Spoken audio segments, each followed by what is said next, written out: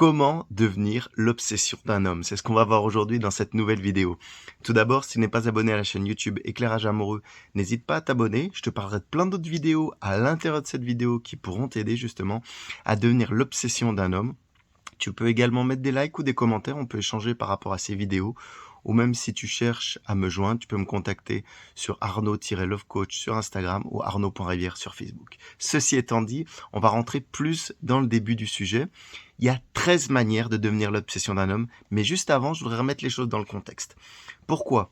Parce qu'un homme qui t'aime, on parle souvent de réussir à ce qu'un homme t'aime sur le long terme. Ok, mais ça c'est après en fait. Maintenir la flamme, maintenir l'amour à long terme dans son couple et machin.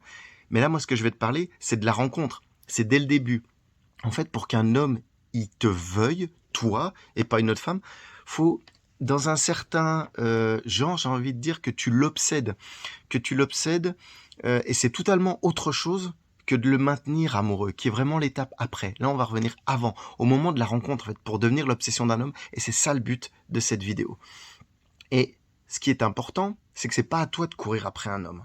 Ça, c'est quand tu commences à courir après un homme, tu as déjà perdu d'avance. C'est à l'homme de te courir après. C'est-à-dire qu'il faut pas que tu ailles voir sur Facebook ou sur Instagram ce qu'il fait. Ça va être tentant, mais déjà là, tu lui cours après. C'est ce qui se passe assez fréquemment.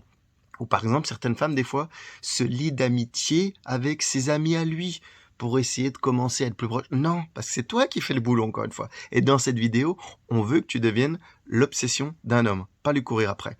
Donc, il faut vraiment qu'il ait un vrai intérêt pour toi, sur le long terme, j'ai envie de dire. Pas que tu sois un challenge ou une opportunité comme ça du moment ou qui s'amuse avec toi. C'est pas du tout ça. C'est pas ce pourquoi je fais les accompagnements et pas ce pourquoi je vous transmets justement toutes ces petites pépites par vidéo. La première des 13 choses pour obséder un homme, c'est que tu sois occupé. Celle-là, c'est une grande classique. Que vraiment, quand il t'appelle, en fait, t'es pas une réponse rapide, t'es pas à son chevet, j'ai envie de dire, mais t'es pas tout de suite, il te répond, hop, faut que tu répondes tout de suite. Non, il faut que tu laisses un temps, en fait. Et puis j'ai envie de te dire, ce mec-là, s'il cherche de l'amour rapidement, il a besoin d'une présence, et ben autant qu'il prenne un animal de compagnie, hein, il prend un chat ou un chien, il aura de l'amour et de la réponse tout le temps avec lui. Toi, c'est pas exactement, ce n'est même pas du tout ce qu'on veut que tu sois. Et pour que tu sois occupé, il faut vraiment que tu lui dises et que tu lui répondes pas rapidement. Tu as une vie en fait à côté. C'est vraiment dans cette idée-là. La deuxième chose qui commence à être un petit peu plus fine, il va falloir que tu le laisses penser que c'est lui-même qui prend les décisions. Ça, c'est le macho man un petit peu, j'ai envie de dire, tu vois, le côté l'homme, il veut tout prendre les décisions. Laisse-lui penser ça. Les filles, vous êtes fines pour faire ça. Et ça, j'adore. Ça, j'adore parce que c'est comme ça que tu vas l'obséder, en fait. Il va croire qu'il a la main mise, mais tu l'as pas. Ça, on pourra en reparler. La troisième, c'est une des très importantes.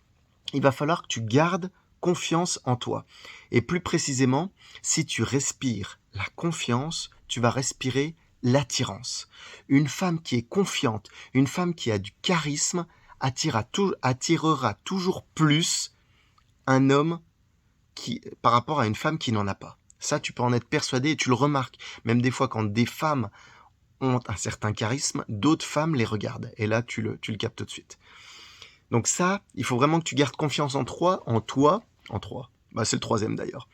Le quatrième, c'est que tu intéresses d'autres hommes. C'est pas pour devenir l'obsession d'un homme, il faut que tu intéresses d'autres hommes. Et ça, je vais te révéler la petite manière de le faire. Il va falloir vraiment que tu joues sur cette compétition masculine. Alors évidemment, il y en a certaines qui pourront dire que c'est un vieux concept, mais ça reste super efficace. Je te jure, mais grave. Et ça, comment tu vas pouvoir le faire? Bah, que ça soit en prenant des photos sur les réseaux sociaux, hein, on en parlait encore, Facebook ou Instagram, où tu peux même mettre des noms, là, identifier des personnes, voilà, chercher le mot, identifier des hommes avec qui tu es. Et là, le mec, il va voir ça, il va dire, ah ouais, mais quand même. Et là aussi, tu vas devenir une de ces obsessions, tu vois, ça va cogiter. Et il faut bien te dire une chose, en fait, c'est que plus tu es sollicité, et plus, alors j'aime pas ce mot, mais tu seras un gros trophée, en fait, c'est-à-dire que tu seras attirante, le mec, il te donnera de la valeur parce qu'il voit que tu attires plein de mecs, et il va vouloir aussi avoir sa part. À toi de lui dire oui ou non, et surtout ensuite de voir quel type de mec c'est. Mais ce que je veux dire, c'est que tu vas vraiment l'obséder en faisant de cette manière-là aussi. Ça, c'est terrible. La 5e chose, c'est qu'il va pas falloir que tu fasses tout ce qu'il veut, surtout dans les premiers rendez-vous. Parce qu'à partir du moment où tu fais tout ce qu'il veut, tu es encore une femme acquise. Et pour devenir une obsession d'un homme, il faut pas que tu fasses tout ce qu'il veut. C'est-à-dire, le premier encart, il faut que tu laisses traîner un petit peu. Pas, il t'appelle, on se voit la semaine prochaine ou le lendemain. Laisse traîner. C'est comme coucher la première fois, c'est pareil. Toutes les premières fois que tu vas avoir avec lui, laisse traîner, tu vois, discrètement. Ça, comme ça, tu vas pouvoir vraiment devenir une obsession. La 6e, c'est presque un petit peu pareil. Ça va être la 6e manière d'obséder un homme, c'est de garder du mystère. Ça, j'en parle souvent, du mystère. Pas le rendre... Ouais, c'est ça, du secret. Tout ce qui est mystère et secret dans cette idée-là. Et pour ça, en fait, il va falloir que tu partes d'un concept simple. Moi, je l'appelle comme ça, c'est pas de questions, pas de réponse. C'est-à-dire que s'il ne te pose pas de questions, ne lui réponds pas, premièrement, ça gardera du mystère. Et puis, si vraiment il ne s'intéresse pas à toi, là, tu sauras que le gars, il ne s'intéresse pas à toi. Donc, tu pourras passer à un autre ou éviter de te dire, je vais réussir à l'obséder, je vais réussir, parce que peut-être qu'il s'en fout absolument. Donc, ça va être un des signes qui va te permettre aussi d'obséder un mec, mais de savoir s'il est intéressé par toi. Celui-là, il est bon comme signe. Le 7e, c'est flirter. Oui, il y en a certaines qui le font et c'est cool. Pourquoi ? Parce que pour devenir l'obsession d'un mec, tu peux déjà flirter avec un mec. Flirter, c'est pas de la manipulation, parce que si vous le faites tous les deux, vous pouvez vous amuser. Certains couples ont des super souvenirs de flirt ou de choses qui leur sont arrivées. Pendant cette petite période, c'est un jeu, c'est amusant, quand tous les deux sont OK. Et justement, si tu t'amuses, toi, si tu vois vraiment des signes qu'il est intéressé, que toi, tu lui envoies des signes aussi que tu es intéressé, sans être trop collante, mais des petits signes d'intérêt, tu peux être sûr qu'il va te poursuivre. Et là, tu seras encore une fois son obsession. Donc là, ça match. Le 8e signe pour être l'obsession d'un homme, c'est une règle aussi simple, j'adore ces petites phrases. Moins, c'est plus. C'est-à-dire, moins tu en fais, plus ça va égayer sa curiosité, plus il va vouloir en savoir plus. Par exemple, les SMS racontent pas une tartine. Fais des SMS plutôt courts. Répondre. Alors, soit il va s'inquiéter, avoir le profil que tu as en face. Hein, ça aussi, on le voit dans les accompagnements. Le profil de mec que toi, tu as besoin. Et aussi le profil de mec sur qui tu tombes. Et en fait, en faisant des SMS courts, il va se poser des questions. Mais là aussi, ça va l'obséder, mine de rien. Donc fais des SMS plutôt courts, tu vois, moins c'est plus. Tout ce qui est des messages ou quand tu as des envies qu'il n'hésite pas à te questionner justement, tu vas l'obséder de cette manière-là. Et tu vas l'attirer en même temps. Le 9e, il est un petit peu coquin malin, celui-là je dirais, ce 9e signe pour obséder un homme. Moi je l'ai appelé compliment sincère sans amour. Pourquoi ? Parce qu'en fait, tu vas lui faire vraiment des vrais compliments, que ça soit sur sa tenue, sur ce qu'il fait, mais sans t'investir, sans en faire trop, tu vois. Vraiment des compliments sincères, mais sincères parce qu'ils sont vraiment sincères, mais sans trop d'amour, sans en faire trop. Sinon, tu vas passer pour une femme acquise, encore une fois. Et c'est pas ce qu'on veut. Il faut pas que tu lui montres que t'es dingue de lui, tu vois, que t'es in love, que t'es amoureuse, que c'est l'homme parfait pour toi, que c'est l'homme que t'as attendu toute ta vie. Non, rentre pas dans ce schéma. Plus loin, on en reparlera plus loin. Mais rentre pas tout de suite là-dedans. Non, il faut y aller assez soft. Donc ça, c'était notre neuvième signe. Il y en a 13, on arrive bientôt à la fin. Mais le 9e signe, il est là. Le 10e, c'est soit... c'est ça. Soit être sexy sans être provocante. C'est-à-dire qu'il faut que tu te fasses belle sans être provocante. Et au-delà, je te mettrai même une vidéo, là, c'est à 8 minutes 56. Direct, par exemple, pour ta première tenue lors de ta première rencontre. Comment faire ? Je te mettrai même d'autres vidéos. Alors les vidéos, tu as dû en voir dès le début, où elles sont en commentaire, tu verras par rapport à cette vidéo, tu peux retomber dessus. Mais ça, c'est important aussi, d'être sexy sans être trop provocante, parce que peut-être qu'il va te faire des compliments, peut-être qu'il y a des choses qu'il aime pas, et tu vas pouvoir commencer à connaître, justement, à tisser du lien par rapport à ça, du lien même avec ses envies, ses goûts, tu vois, et son obsession, encore une fois, de toi ou pas. Mais ça va te permettre de savoir vraiment.